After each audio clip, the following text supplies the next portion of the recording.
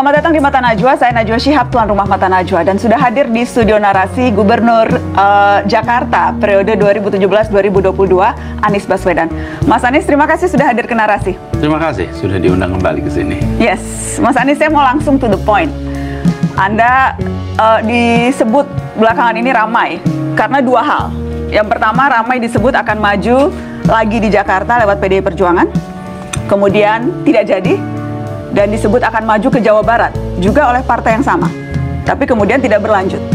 Saya mau tahu apa yang terjadi sampai gagal dua kali. Sebetulnya yang mengajukan saya menjadi calon gubernur di Jakarta itu ada 4 partai. Partai Nasdem, Partai PKB, PKS, dan PDI Perjuangan. Dan itu diusulkan oleh DPW, DPD kepada DPP-nya. Prosesnya berjalan. Kemudian kita tahu ada proses politik yang kita sekarang ini sedang dalam suasana yang normal-normal saja. Kemudian Partai Nasdem, PKB, dan PKS bergabung ke dalam KIM sehingga tidak lagi mengusung Anies di Jakarta, tapi mengikuti garis kebijakan di KIM. Nah, apakah itu alasan utamanya Anda tahu? Karena kan sebetulnya yang mengeluarkan surat resmi itu baru PKS kan? Baik Nasdem maupun PKB belum pernah ada surat resmi yang memang mengusung Anies Baswedan. Kalau di tingkat DPW-nya sudah semua. Tapi belum sampai pada tahap DPP. Yang baru resmi dan kemudian menarik lagi karena disebutkan tidak memenuhi syarat-syarat tertentu itu baru PKS. Dan Nasdem. Nasdem sudah mendeklarasikan pada tanggal 22 Juli untuk mengusung Anies Baswedan. Nah, kemudian kita tahu bahwa ada pergerakan mereka berada di dalam KIM yang istilahnya KIM Plus. Nah, dengan PDI Perjuangan itu baru muncul sesudah ada putusan MK. Jadi ketika hari Senin pekan lalu, tanggal berapa ya Senin itu, ketika KIM mendeklarasikan ada 12 partai, kemudian hari Selasanya ada putusan MK. Dan sesudah putusan MK itulah baru ada pembicaraan yang serius tentang PDI Perjuangan mengusung, karena pada waktu itu keharusan minimal 7,5% terpenuhi. Jadi, siapa yang memulai perbincangan siapa? Anda yang menawarkan diri ke PDIP atau PDIP yang kemudian mendekati Anda? Jadi sebenarnya kalau percakapan itu obrolan sudah ada. Pada sebelum ada putusan MK, utusan dari PDI Perjuangan adalah Pak Ahmad Basarah, dan beliau ditugasi untuk berkomunikasi. Dan dalam komunikasi itu memang direncanakan untuk tetap mendaftarkan walaupun tidak memenuhi syarat. Karena pada waktu itu kan minimalnya 20%. Ketika terjadi perubahan, maka ternyata bisa mengusung. Lalu terjadilah percakapan itu. Jadi percakapan ini tidak terjadi sebelum ada pengusungan di KIM. Ini baru terjadi sesudahnya. Dan komunikasinya dengan utusan. Kenapa Anda menekankan itu, Mas Anies? Apa hubungannya dengan KIM? Karena proses pengusungan itu sudah selesai. Saya tidak lagi diusung oleh 3 partai. Yang semula DPW-nya mengusung, DPP-nya baik Nasdem maupun PKS sudah menetapkan, kalau PKB belum menetapkan DPP-nya. Dan ketika kemudian mereka memutuskan untuk tidak lagi mengusung, dan kita hormati putusan itu, maka saya tidak lagi berada di dalam status diusung partai manapun. Kenapa ini saya perlu tegaskan? Saya tidak dalam status diusung partai pada saat berbicara dengan PDI Perjuangan. Tidak, itu semua sudah selesai. Ketika saya bicara dengan PDI Perjuangan, itu sudah partai 3 yang semula mengusung tidak lagi mengusung saya. Itu perlu tegas. Karena jangan sampai kesannya seperti saya berbicara dengan PDI Perjuangan pada saat masih diusung. Karena nggak pernah ada percakapan itu sebelumnya. Dan seberapa jauh perbincangan Anda dengan petinggi PDI Perjuangan ini? Seberapa konkret, seberapa real, dan seberapa memang ini sesuatu yang di depan mata akan kejadian? Sebenarnya sudah cukup serius, sudah sampai fase final tentang proses internal di PDI Perjuangan. Banyak hal yang saya rasa lebih tepat bila teman-teman dari PD Perjuangan yang menceritakan. Tetapi percakapan saya dengan PD Perjuangan sudah cukup serius dan kita melihatnya ini lebih dari sekedar urusan pilkada pada saat kemarin. Tapi ini adalah perjuangan bersama bagaimana aras besar yang selama ini berada di dalam dua polar yang berbeda itu bisa sinergi bersama. Dan itu yang kita bahas sama-sama. Jadi sudah cukup jauh. Bahkan pada hari Sabtu saya diundang untuk datang ke DPD PD Perjuangan di Jakarta dan berdiskusi terbuka. Lalu kemudian pada hari Senin juga datang di DPP.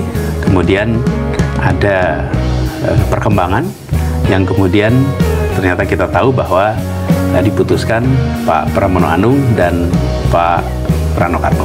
Apa yang terjadi di hari Senin itu ketika Anda sudah datang dan duduk hampir 2 jam bersama Rano Karno? Saya berbincang dengan Bang Rano Karno di sini dan dia bercerita berbincang 2 jam dengan Anda di hari Senin itu. Apa yang terjadi pada hari itu? Kalau yang terjadi pada saya bisa memberikan informasi yang saya saksikan dan saya alami.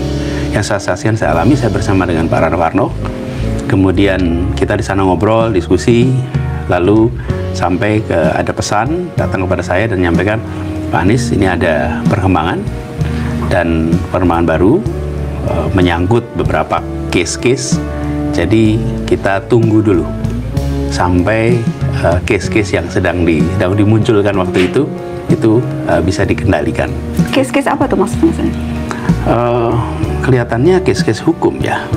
Yang diajukan, maksudnya ketika Anda bilang case-case diajukan, itu diajukan ke? Saya barangkali tidak usah cerita detailnya. Tapi ada case-case yang membuat ini harus dikelola dulu, dan sesudah itu baru nanti saya dikabarin. Sementara Anda datang hari Senin itu dengan tujuan apa, Mas Anies?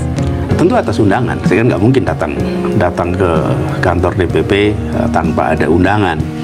Jadi saya datang ke situ, saya menghormati, tapi juga saya ingin tegaskan bahwa undangan itu spesifik untuk apa? Karena kan kita tahu pada saat itu agendanya adalah pendeklarasian kader-kader PDIP yang diusung menjadi calon kepala daerah. Apakah itu bagian dari undangan yang ditujukan ke Anda? Ya. Jadi undangannya pada waktu itu untuk bertemu dengan Ibu Megawati, Ketua Umum Partai Perjuangan, PDI Perjuangan. Kemudian pertemuannya tidak terjadi. Saya di sana dengan Pak Rano Karno sampai semua selesai. Dan kemudian saya selesai di situ kembali. Jadi proses pengumuman saya tidak ikut dalam proses pengumuman itu. Saya pulang dan nanti akan dikabari lagi begitu. Anda tidak sempat bertemu Bu Mega? Tidak. Selama proses drama pilkada ini, apakah Anda pernah bertemu langsung dengan Bu Mega? Belum. Belum. Saya ingin konfirmasi apakah memang ada syarat dari PDI Perjuangan siapapun termasuk Anda begitu yang akan diusung menjadi calon kepala daerah harus menjadi kader PDI Perjuangan? Sama sekali tidak pernah. Jadi tidak pernah ada pembicaraan tentang menjadi anggota dengan semua pimpinan. Bahkan Pak Deddy Sitorus pun menyampaikan di dalam pernyataan terbuka bahwa tidak pernah ada permintaan atau tawaran untuk menjadi kader PDI Perjuangan. Anda menanyakan itu tidak ke itu? Anda bertanya? Saya bertanya. Dan dijawab? Dan tidak. Jadi ini sebabnya saya sampaikan bagi mereka yang terlibat di dalam proses yang sangat dalam pasti tahu itu bukan isu.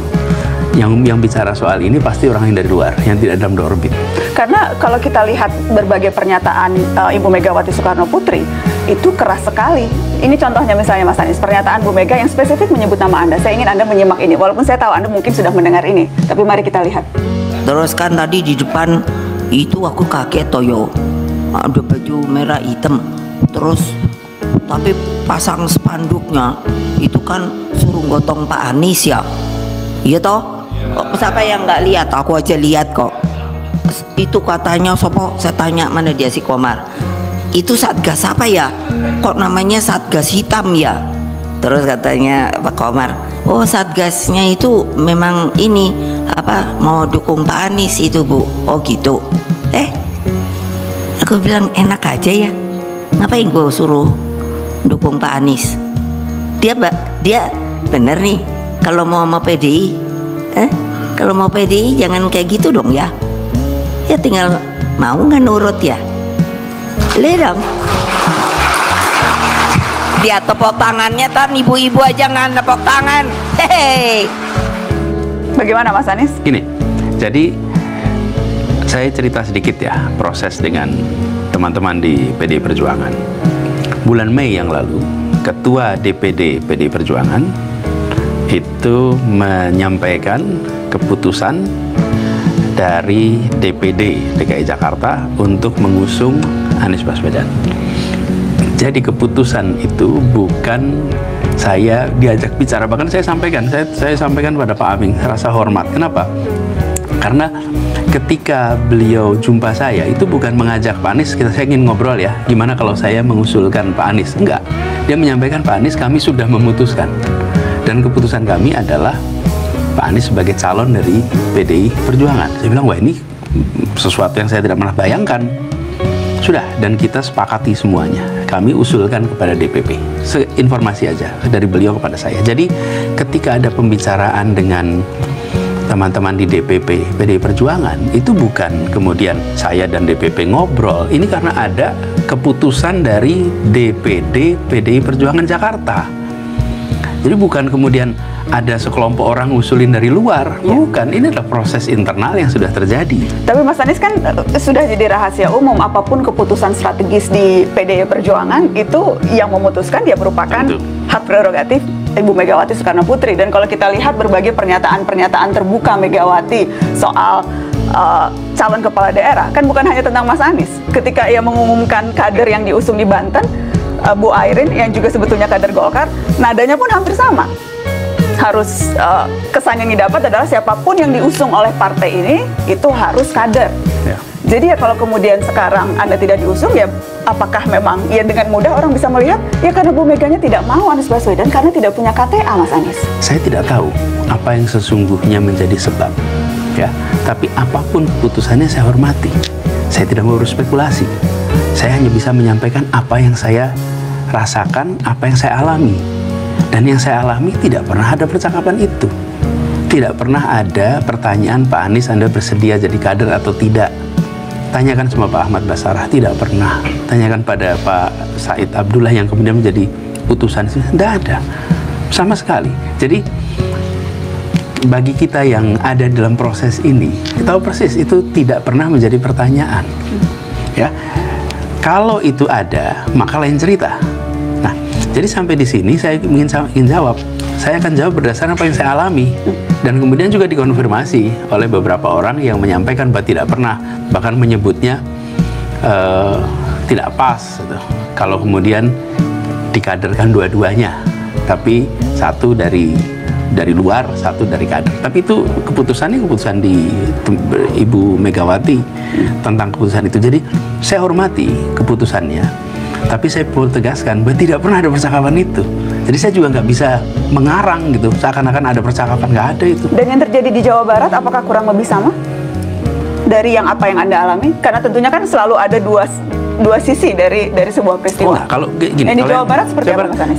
Jawa Barat, jadi Jakarta itu kita bahas serius, selesai, udah selesai. Jadi tidak ada, dan kita tetap ngobrol, bahkan sampai dengan sekarang juga kita tetap berkomunikasi. Kemudian pada hari Rabu saya dihubungi apakah bersedia bila dicalonkan di Jawa Barat, dan pada saat itu saya sampaikan rasanya tidak. Kenapa rasanya tidak? Ya, saya ini dicalonkan di Jakarta itu kan karena memang ada aspirasi dari warga Jakarta yang diungkapkan oleh 4 DPW partai. Jawa Barat kan tidak ada itu. Jadi saya jawab tidak. Nah, hari Kamis. Sorry, ini siapa Mas Anies yang kemudian meminta Anda? Saya nggak perlu sebutkan ya namanya, tapi di kontak resmi dari mereka. Kemudian saya sampaikan jawaban itu, selesai. Nah, hari Kamis muncul percakapan lagi, Kamis siang, menanyakan ulang lah gimana situasinya, dan saya juga bertanya itu seperti apa. Nah, pada saat itulah kemudian rame di media. Nah, ada beberapa hal yang menurut saya gini, saya perlu pertimbangkan. Kenapa? Bagaimanapun juga ini adalah sebuah undangan yang disampaikan dengan serius. Jadi saya sampaikan saya akan konsultasi. Jadi saya konsultasi sana sini. Dan kemudian kesimpulannya adalah saya tetap tidak terlibat di dalam Pilkada Jawa Barat, tapi saya tetap dalam posisi yang sekarang, gitu. Apa saja faktor yang Anda pertimbangkan ketika kemudian memutuskan hal itu, Mas Anies? Satu, saya nggak mau jadi calon drop-dropan. Bukan aspirasi rakyat Jawa Barat. Tidak ada DPW yang mengusulkan, tidak ada rakyat Jawa Barat yang meminta. Kalau di Jakarta, rakyat Jakarta meminta, di survei ada angkanya lebih dari 40-an%. Kemudian di dalam DPD, DPW ada 4 partai yang mengusulkan, ada memang aspirasi.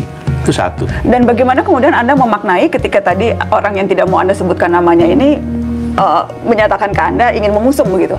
Ya. Kalau kemudian bukan karena, dan Anda menjawab tidak ada aspirasi rakyat, jadi bagaimana memaknai permintaan yang diajukan oleh... Ya, saya menghormati itu. Kenapa? Karena mereka melihat ketika sampaikan bahwa Pak Anies ini adalah kesempatan untuk Anda tetap berdampak, untuk Anda tetap bisa memberikan manfaat pada orang banyak. Kami kemarin mencoba untuk di Jakarta, ternyata tidak, maka sekarang kita ingin mencoba Pak Anies, nih Jawa Barat. Sebuah kesempatan untuk Pak Anies bisa di sana memimpin, memberikan manfaat. Itu disampaikan dengan niat baik. Jadi tanpa kemudian memberikan penjelasan kenapa yang di Jakarta tidak jadi dan tiba-tiba sekarang menawarkan Jawa Barat. Nah, nggak perlu. Tidak perlu ada, kalau buat saya ya, ketika Ibu Mega memutuskan, itu 100% kewenangan ada pada beliau. Dijelaskan apapun ataupun tidak, itu hak beliau. Kita hormati. Sama kalau saya ambil keputusan, begitu saya ambil keputusan, saya tidak harus menjelaskan. Tapi keputusan itu kita hormati. Jadi soal Jakarta bukan soal ada penjelasan atau tidak ada penjelasan, sudah diputuskan, hormati, selesai. Nah, soal Jawa Barat, ketika kemudian mereka bilang, Pak Anies sayang Anda bisa berdampak di sana.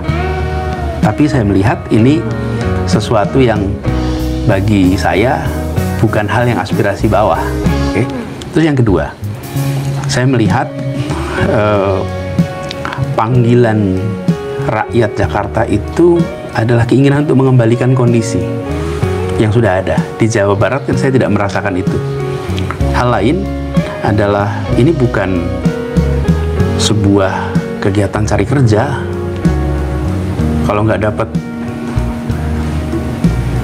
pekerjaan A, terus pindah pekerjaan B, yang kemudian diputuskan begitu saja, yang penting saya dapat pekerjaan. Bukan, saya tidak dalam posisi mencari pekerjaan, melamar pekerjaan. Jadi saya juga tidak ingin catatannya itu karena ada kesempatan maka ambil. Enggak, kita sedang berbicara tentang memberikan dampak, dan dalam proses politik ini ada nilai-nilai yang lebih tinggi daripada soal posisi.